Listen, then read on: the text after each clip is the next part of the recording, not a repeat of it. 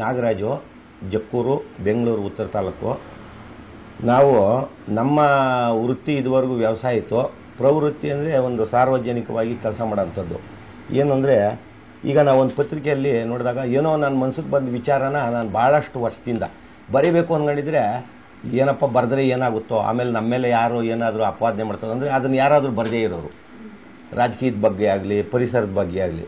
ಆಮೇಲೆ ನಮಗೆ ಒಂದು ಸ್ವಂತ ಅನುಭವ ಆದಾಗ ನಾನು ಅದನ್ನು ಬರೆದಾಗ ಅವರು ಭಾಳ ಶಾರ್ಟಾಗಿ ಮಾಡಿ ಬರೆದಿದ್ರು ಪೇಪರ್ನಾಗ. ಅದು ಅವತ್ತಿಂದ ಇವತ್ತು ಸುಮಾರು 1,000 ಮೇಲೆ ಬರೆದಿದ್ದೀನಿ ನಾನು ಎಲ್ಲ ಪತ್ರಿಕೆಗಳಿಗೆ. ಇಲ್ಲಿನ ಲೋಕಲ್ ಸಮಸ್ಯೆಗಳನ್ನ ಸರ್ಕಾರದ ವಿರುದ್ಧ ಆಗಿರ್ಬೋದು, ಪಂಚಾಯತಿಯಿಂದ ಹಿಡಿದು CMCಯಿಂದ ಹಿಡಿದು ಅವೆಲ್ಲ ಬರೆದಿದ್ದೀನಿ.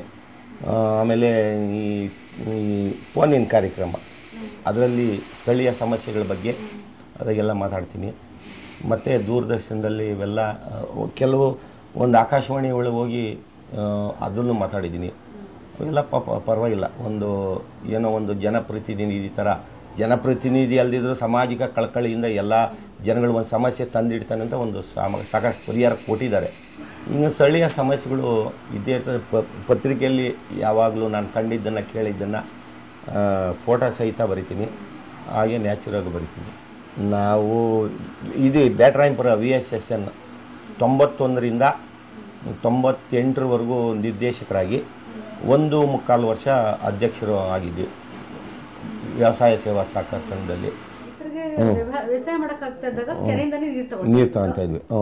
ಆಮೇಲೆ ಫಸ್ಟ್ ಅದು ಹೋಯ್ತು. ಆಮೇಲೆ ನೆಕ್ಸ್ಟ್ ಹೋದ್ರೆ ಈ ಕೆರೆನೂ ಕೂಡ ಒಂಥರ ಡೆವಲಪ್ಮೆಂಟ್ ಬಂತಲ್ಲ, ಕೆರೆನೂ ಹೋಯ್ತು. ಇದ್ರ ಬಗ್ಗೆ ಯಾಕಂದ್ರೆ ಇನ್ನೊಂದೇನು ಅಂದ್ರೆ, ಈಗ ನಾವಂತೂ ನಾನು ಆಕ್ಚುಲಿ ಒಂದ್ ಕೆರೆ ನೋಡಕ್ ಶುರು ಮಾಡಿದ್ದು ಒಂದು 16-17 ವರ್ಷದಿಂದ. ಸೊ ಫಸ್ಟ್ ಸತಿ ಬಂದಾಗ್ಲೂ ಅಬ್ಬಾ ಎಷ್ಟು ಚೆನ್ನಾಗಿದೆ, ಎಷ್ಟು ಬ್ಯೂಟಿಫುಲ್ ಆಗಿದೆ, ಒಂಥರ ರೊಮ್ಯಾಂಟಿಕ್ ಆಗಿ ಒಂಥರ ತುಂಬಾ ನ್ಯಾಚುರಲ್ ಬ್ಯೂಟಿಫುಲ್ ಲೇಕ್. ಏರಿ ಮೇಲೆ ಹೋದ್ರೆ ಮತ್ತೆ ಅಲ್ಲೊಂದು ರೈಲ್ವೆ ಟ್ರ್ಯಾಕ್ ಹೋದ್ರೆ ನೋಡಿದ ತಕ್ಷಣ ಬೆಂಗಳೂರಿನ ಸ್ವಲ್ಪ ಆಚೆಯಲ್ಲಿ ಇಷ್ಟು ಇಮ್ಯಾಜಿನ್ ಮಾಡಕ್ ಹೋಗದಂತ ಬ್ಯೂಟಿಫುಲ್ ಜಾಗ. ಆಮೇಲೆ ಸಡನ್ ಆಗಿ ಆ ಎಮೋಷನ್ಸ್ ಇಂದ ಒಂಥರ ತುಂಬಾ ಇಷ್ಟಪಡ್ತಾ ಇದ್ದಿದ್ದು. ಸೊ ನನ್ಗೆ ಸುಮ್ನೆ ಬರೀ ನಾವ್ ಒಂದ್ 15 ವರ್ಷ ನಂಗೆ ಅನ್ಸಿರ್ಬೇಕು, ನೀವ್ ಇಲ್ಲಿ ಹುಟ್ಟು ಬೆಳೆದವರು ಅಲ್ವಾ. ಸೊ ಕೆರೆಗೂ ಮತ್ತೆ ನಿಮ್ಗೆ ಒಂಥರ ಅಂದ್ರೆ ಇಲ್ಲಿನ ಜನಗಳಿಗೆ ಇರ್ಬೋದು, ಕೆರೆಗಳಿಗೆ ಒಂಥರ ಮುಂಚೆಯಿಂದ ಇರೋ ಒಂದು ಬೇರೆ ರೀತಿನೇ ಒಂಥರ ಎಮೋಷನಲ್ ಆಗಿರೋ ರಿಲೇಶನ್ಶಿಪ್ ಇರ್ಬೋದು, ಸಂಬಂಧ. ಸೊ ಅದ್ರ ಬಗ್ಗೆ ಏನಾದ್ರು ಹೇಳಕ್ಕಾಗತ್ತಾ ಅಂತ. ಆ ಕೆರೆ ಯಾರು ಕಟ್ಟಿದ್ರು, ಎಷ್ಟನೇ ಇಸ್ವಿಯಲ್ಲಿ ಕಟ್ಟಿದ್ರು ಅಂತ ಗೊತ್ತಿಲ್ಲ.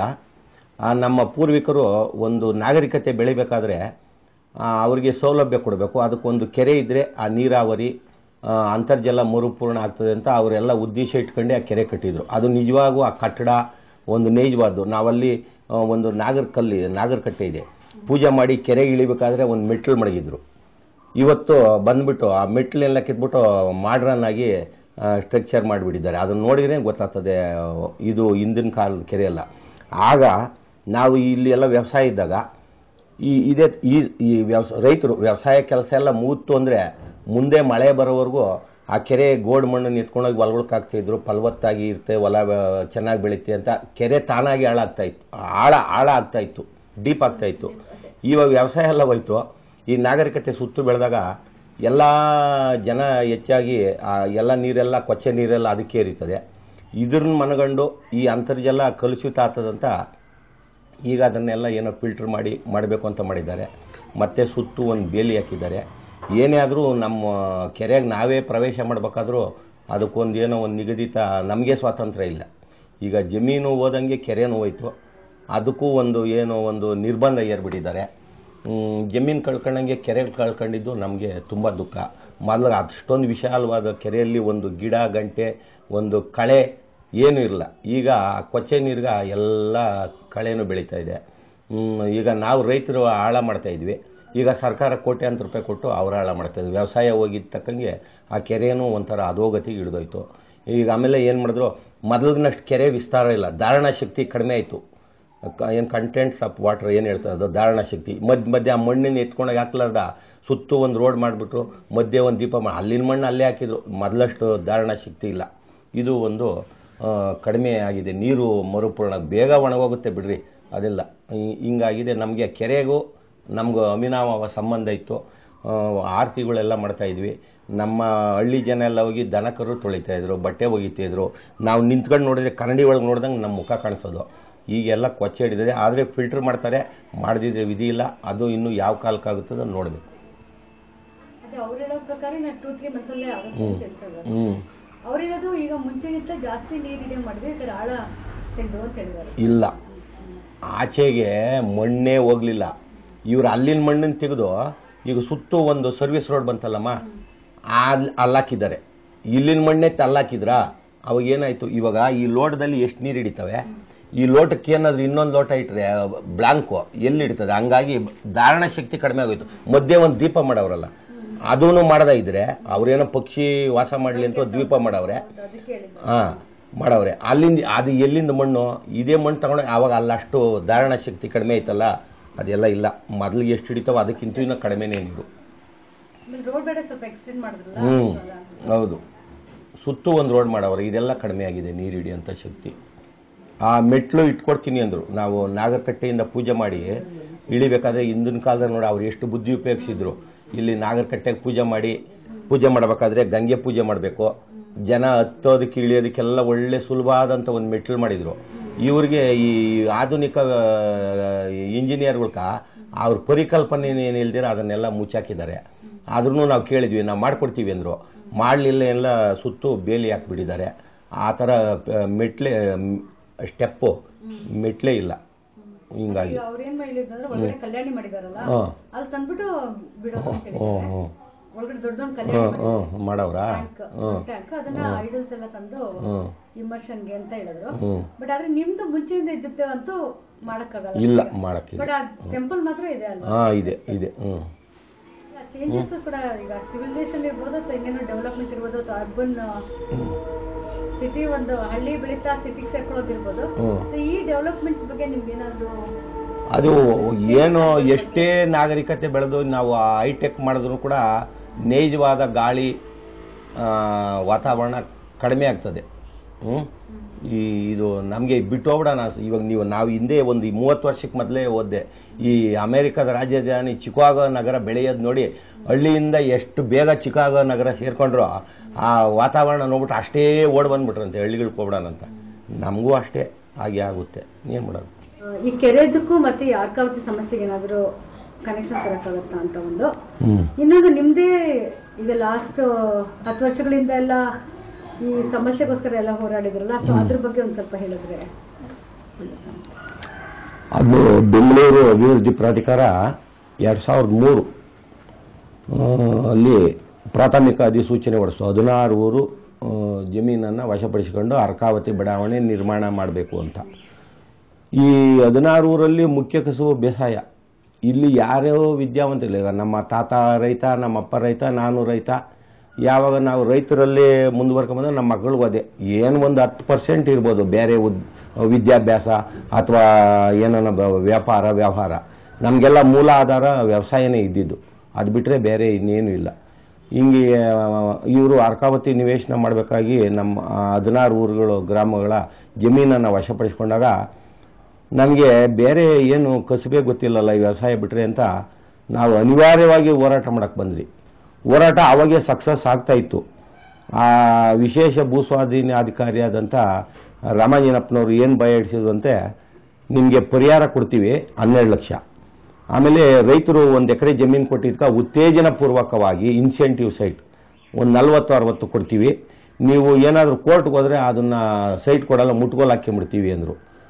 ಆವಾಗ ಭಾಳಷ್ಟು ಜನ ಕೋರ್ಟ್ಗೆ ಹೋದವರು ವಾಪಸ್ ತಗೊಬಿಟ್ರು ಕೇಸು.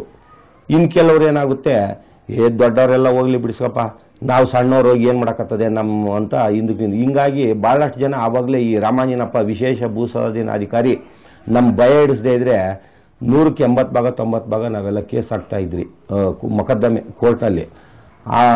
ಅದೊಂದರಷ್ಟು ಅವ್ರು ಭಯ ಹಿಡಿಸಿದ್ರೆ ಹಿನ್ನಡೆ ಆಯಿತು.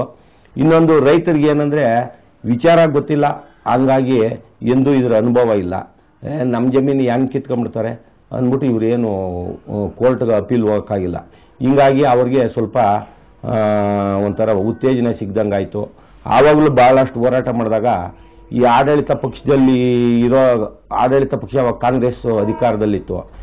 ಆ ಕಡೆ ಇದ್ದಂಥ ರೈತರು ಅವ್ರ ವಿರುದ್ಧವಾಗಿ ಕೆಲಸ ಮಾಡೋಕ್ಕೆ ಹಿನ್ನಡೆ ಆಯಿತು. ನಾವು ಭಾಳ 16 ಊರನ್ನು ಸಂಘಟನೆ ಮಾಡಿದ್ರೂ ಕೂಡ ಸ್ವಲ್ಪ ಜಯ ಸಿಕ್ತು. ಜಯ ಸಿಕ್ಕದೆ ಪ್ರಥಮವಾಗಿ ನಮ್ಮ ಪರವಾಗಿ ನ್ಯಾಯಮೂರ್ತಿಗಳಾದಂಥ ಗೋಪಾಲ್ ಗೌಡರು ಸ್ಟೇ ಕೊಟ್ಟರು, ತಡೆಯಾಜ್ಞೆ ಕೊಟ್ಟರು ಈ ಬಡಾವಣೆ ನಿರ್ಮಾಣ ಮಾಡೋದಕ್ಕೆ. ಮತ್ತೆ ಅವ್ರನ್ನ ಬೆಂಚಿಂದ ಚೇಂಜ್ ಮಾಡಿದಾಗ ಮತ್ತೆ ತಿರುಗಿ ವೇಕೇಟ್ ಆಗೋಯ್ತು. ಆಮೇಲೆ ಕೆಲವಾರು ಜನ ಸುಪ್ರೀಂ ಕೋರ್ಟ್ಗೆ ಹೋದ್ರು. ರೈತರು ಇವ್ರ ಮನೆಯಲ್ಲೇ ಸಮಸ್ಯೆ ಇರ್ತದೆ, ಅವ್ರ ಮಗಳಿಗೆ ಮದುವೆ ಮಾಡೋದು, ಅವ್ರ ಮನೆಯಾಗೆ ಸುಣ್ಣ ಹೊಡೆಯೋದು, ಈ ರಿಪೇರಿ, ಮಕ್ಕಳು ವಿದ್ಯಾಭ್ಯಾಸ ಏನೂ ಇಲ್ಲ, ಇದನ್ನೇ ಮಾಡೋದು ಕಷ್ಟ. ಇವರು ವಿಮಾನ ಹತ್ತಿ ಕೋರ್ಟ್ಗೆ ಹೋಗತ್ತದ. ಹಿಂಗಾಗಿ ನಮ್ಗೆ ಹಿನ್ನಡೆ ಆಯಿತು. ಮೊನ್ನೆ ಕೊನೆಯದಾಗಿ ನಾವು ಏನು ಮಾಡೋದು, ಆ ಕಡೆ ಈ ಕಡೆ ಎಲ್ಲ ಜಮೀನುಗಳಿಗೆಲ್ಲ ವಿಪರೀತ ಬೆಲೆ ಬಂತು. ಅವರೆಲ್ಲ ಕೋಟಿ, 4 ಕೋಟಿ 5 ಕೋಟಿ ನೋಡ್ತಾವ್ರೆ. ನಮ್ಗೇನಪ್ಪ ಇದು ಕರ್ಮ 12 ಲಕ್ಷ ಕೊಡ್ತಾವ್ರೆ ಅಂತ ಹಿಂಗೆ 16 ಗ್ರಾಮಸ್ಥರು, ನಮ್ಮ ಶಿವು ಇವರೆಲ್ಲ ಭಾಳಷ್ಟು ಜನ ಯುವಕರು ಎಲ್ಲ ಒಂದು ಒಗ್ಗಟ್ಟಿನಿಂದ ಹೋರಾಟ ಮಾಡಿದ್ಕ ನಮಗೆ ಜಯ ಸಿಕ್ತು ಅಂತ ನಾವು ಹೇಳ್ತೀವಿ. ಇಲ್ಲಾಂದರೆ ಯಾವುದೇ ಸರ್ಕಾರ ಅವ್ರಿಗೆ ಸಮಸ್ಯೆ ಬಗೆಹರಿಸಿದರೆ ಅವ್ರಿಗೇನು ಬರಲ್ಲ. ಸಮಸ್ಯೆ ಹಂಗೆ ಇಟ್ಟಿದ್ರೆ ಅವ್ರ ಕೆಲಸಕ್ಕೆ ಬರ್ತದೆ. ಈ ಹೋರಾಟ ಮಾಡಿದ್ರಿಂದ 3 ಪಕ್ಷ ಒಗ್ಗೂಡಿ, ನಮ್ಮ ರೈತ ಸಂಘ ಇರ್ಬೋದು, ಆಮೇಲೆ JDS ಇರ್ಬೋದು, BJP ಇರ್ಬೋದು, ಕಾಂಗ್ರೆಸ್ ಇರ್ಬೋದು, ಎಲ್ಲ ಒಗ್ಗೂಡಿ ನಮಗೆ ನ್ಯಾಯ ಕೊಟ್ಟರು. ಏನೋ 9 ವರ್ಷಕ್ಕಾದರೂ ನಮಗೆ ಒಂದು ನ್ಯಾಯ ಬಂತಲ್ಲ ಅಂತ ನಮ್ಗೆ ಸಂತೋಷ ಆಗ್ತಾ ಇದೆ. ಬಟ್ ಈಗ ಸಿಕ್ಕಿರೋದು ಪರಿಹಾರ ಕರೆಕ್ಟ್ ಆಗಿದೆ ಅಂತ ಅಮ್ಮ. ಇದೇನು ಮಾಡೋಣ, ಇನ್ನೂ ನಾವು ಜಾಸ್ತಿ ಕೇಳಬೇಕು ಅಂತ ಇದ್ವಿ. ಇವಾಗ ಇವರು ಬಡಾವಣೆ ಮಾಡೋರು ಎಲ್ಲ ಬಡಾವಣೆ 1 ಎಕರೆ ಕೂಡ ಡಿಲೀಟ್ ಮಾಡಿದಿರ. 3839 ಎಕರೆ 12 ಕುಂಟೆಯಲ್ಲಿ 1 ಕುಂಟೆಯನ್ನು ಡಿಲೀಟ್ ಮಾಡಿದರೆ ನಮಗೂ ಸಂತೋಷ ಇತ್ತು. ಏನು ಹಣವಂತರನ್ನ ಬಲಾಢ್ಯರನ್ನ ಅವ್ರನ್ನ ಯಾರು ಭೇಟಿ ಮಾಡಿದ್ರು ಅವ್ರನ್ನೆಲ್ಲ ಡಿಲೀಟ್ ಮಾಡ್ಕೊಂಬಂದು ನಮ್ಮಂಥ ಅಮಾಯಕರನ್ನ ಮಾಡಿದಾಗ ನಮಗೂ ಒಂಥರ ಹೊಟ್ಟೆ ಉರಿತದೆ. ನಮ್ಮ ಪಕ್ಕದಾಗ ಅವರು 1 ಎಕರೆ ಮಾರ್ಕೊಂಡು ಕೋಟಿ ನೋಡುವಾಗ ನಮ್ಗೆ ಆಗಲ್ಲ. ಅದರಿಂದ ನಾವು ಪೂರ್ತಿ ಬಿಡಬೇಕು ಅಂತಲೇ ಮಾಡಿದ್ವಿ. ಆದರೆ ಅವರೇನು ಹೇಳಿದ್ರು, ಹಿಂದೆ ಇರೋ ಬಡಾವಣೆಗಳದೆಲ್ಲ ನಿಮ್ಮ ಮುಂದೆ ಬಿಟ್ಟರೆ ಅವ್ರದ್ದೆಲ್ಲ ಬಿಡುವಾಗುತ್ತೆ, ಇದರಿಂದ ಕಾನೂನು ತೊಡಕಾಗುತ್ತೆ. ಏನೋ ಒಂದು ಇವಾಗ ಹೊಸ ಬಡಾವಣೆ ಮಾಡಿದವಾಗ 40% ಈ ಕೇಂದ್ರ ಸರ್ಕಾರನೇ ಹೇಳಿದೆ, ಅಭಿವೃದ್ಧಿ ಮಾಡಿದ ಜಾಗದಲ್ಲಿ ರೈತನಿಗೆ 40 ಭಾಗ ಕೊಟ್ಟರೆ ಅವನು ಆರ್ಥಿಕವಾಗಿ ಸಬಲನಾಗ್ತಾನೆ, ಅದನ್ನು ಯಾವುದಕ್ಕೆ ಬೇಕಾದ್ರೂ ಉಪಯೋಗಿಸಬಹುದಂತ ಕಾನೂನಿದೆ. ಅದಕ್ಕೆ ಸರಿ ಸಮಾನವಾದ ಏನಾದರೂ ಒಂದು ಹಣ ತಗೊಳ್ರಿ, ಇಲ್ದಿರೆ 40 ಭಾಗ ಅದು ಏನು ಕೊಡ್ತಾರೋ ಅಷ್ಟು ಜಮೀನು ತಗೊಳ್ರಿ ಅಂದರು.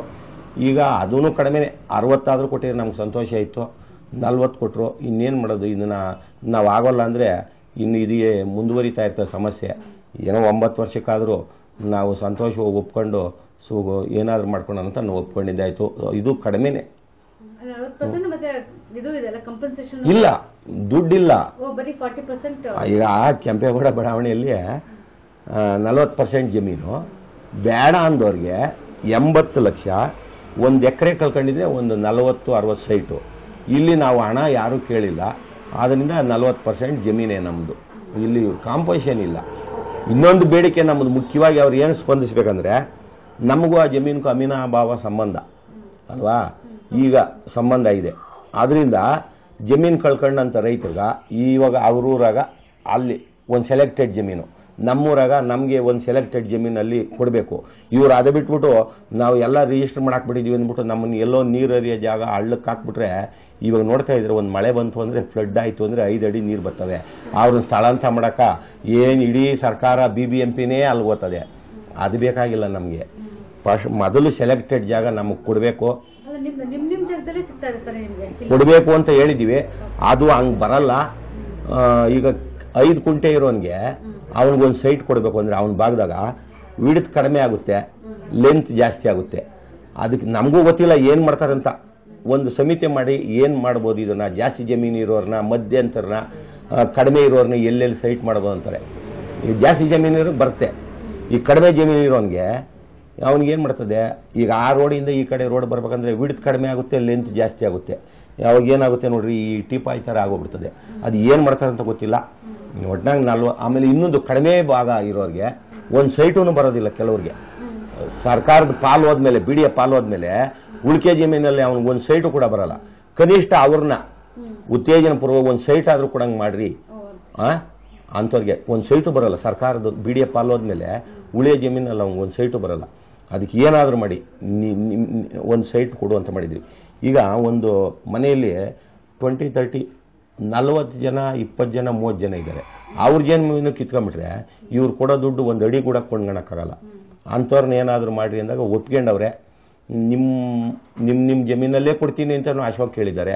ನಿಮ್ಮೂರಿನಲ್ಲೇ ಕೊಡ್ತೀವಿ, ಮೊದಲು ನಿಮಗೆ ಕೊಡ್ತೀವಿ, ಆಮೇಲೆ ಅವ್ರಿಗೆ ಏನಾರು ಮಾಡ್ಕೊಳ್ರಿ ಅಂತ ಹೇಳವ್ರೆ. ಮುಖ್ಯವಾಗಿ ಸಣ್ಣ ರೈತರನ್ನ ಭಾಳ ರಕ್ಷಣೆ ಮಾಡಬೇಕು. ಅವ್ರಿಗೆ ಒಂದು ಸೈಟ್ ಆದರೂ ಕೊಟ್ಟು ಅಂತ ಹೇಳಿದ್ವಿ. ಒಪ್ಪಿಗೆ ಕೊಟ್ಟಿದ್ದಾರೆ. ನೋಡಬೇಕು. ಇದೆಲ್ಲ ಒಂದು ಪ್ರಕ್ರಿಯೆ ಪ್ರಾರಂಭ ಆಗಿ ಮುಗಿಬೇಕಾದ್ರೆ ಕನಿಷ್ಠ 6 ತಿಂಗಳಾದರೂ ಬೇಕು. ನೋಡೋಣ ಏನು ಮಾಡ್ತಾರೆ.